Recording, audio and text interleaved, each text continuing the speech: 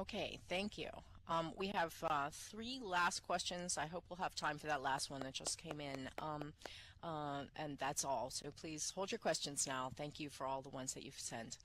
Somebody Bon asks, will we ever get to a negotiated assessment in the OU?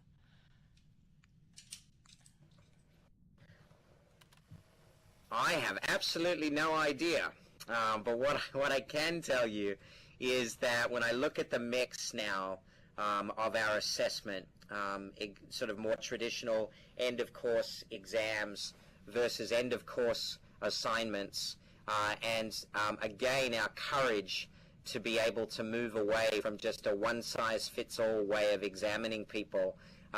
Again, I feel that we've made many, many more steps along the continuum of assessment than a lot of other, if not the majority, of other higher education institutions in the world.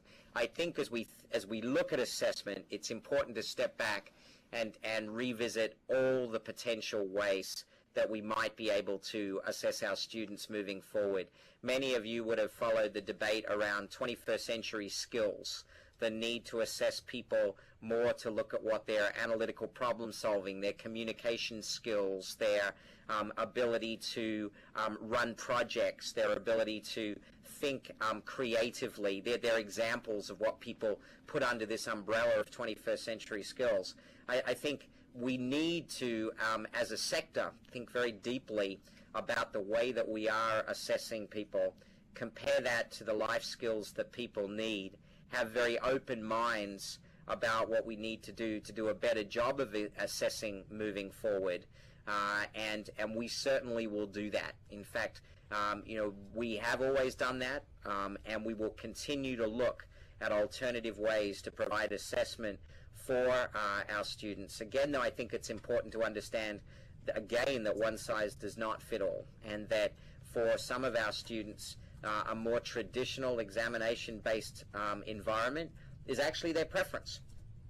And so I think having an open mind to what works for people to actually demonstrate their competencies and their abilities and their education is what we need to remain focused on, and then we need to have an open mind to a lot of different types and ways of doing that.